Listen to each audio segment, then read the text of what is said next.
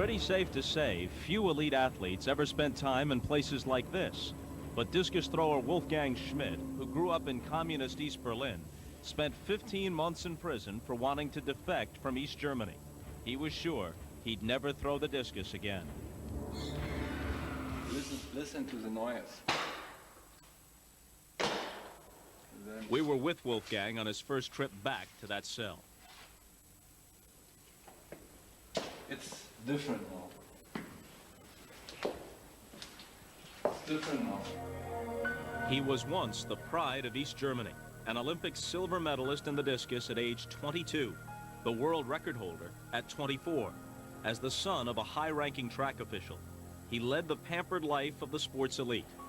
In the 1976 Olympics in Montreal, when Wolfgang won his silver medal, in a burst of joy, he threw his arms around Mac Wilkins, the American gold medalist.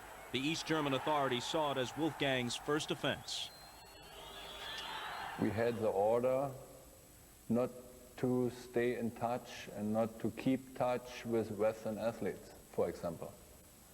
And this was, I didn't understand it, you know. Defiantly, he continued to make Western friends, but the watchdogs were on guard when Wolfgang, the gold medal favorite, placed a humiliating fourth in the 1980 Olympics in Moscow. When he failed to win the East German Nationals the following year, they lashed back. He was banned from competition forever.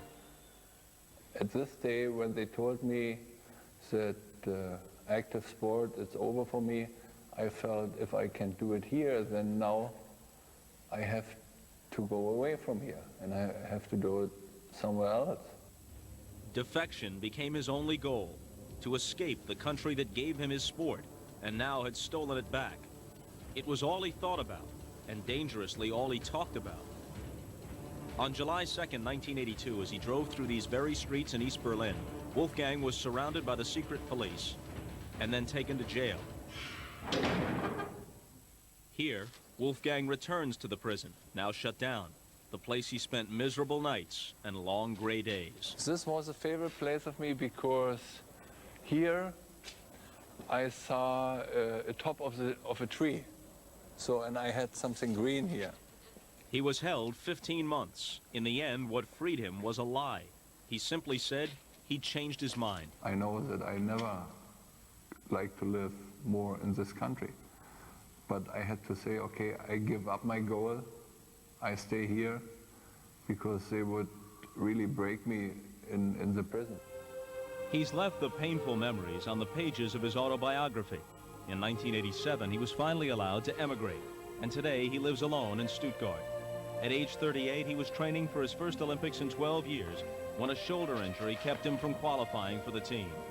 So Wolfgang Schmidt lost the prime of his career, but he found his freedom. It's like a victory, you know. I'm here and this one is no more. The system broke down.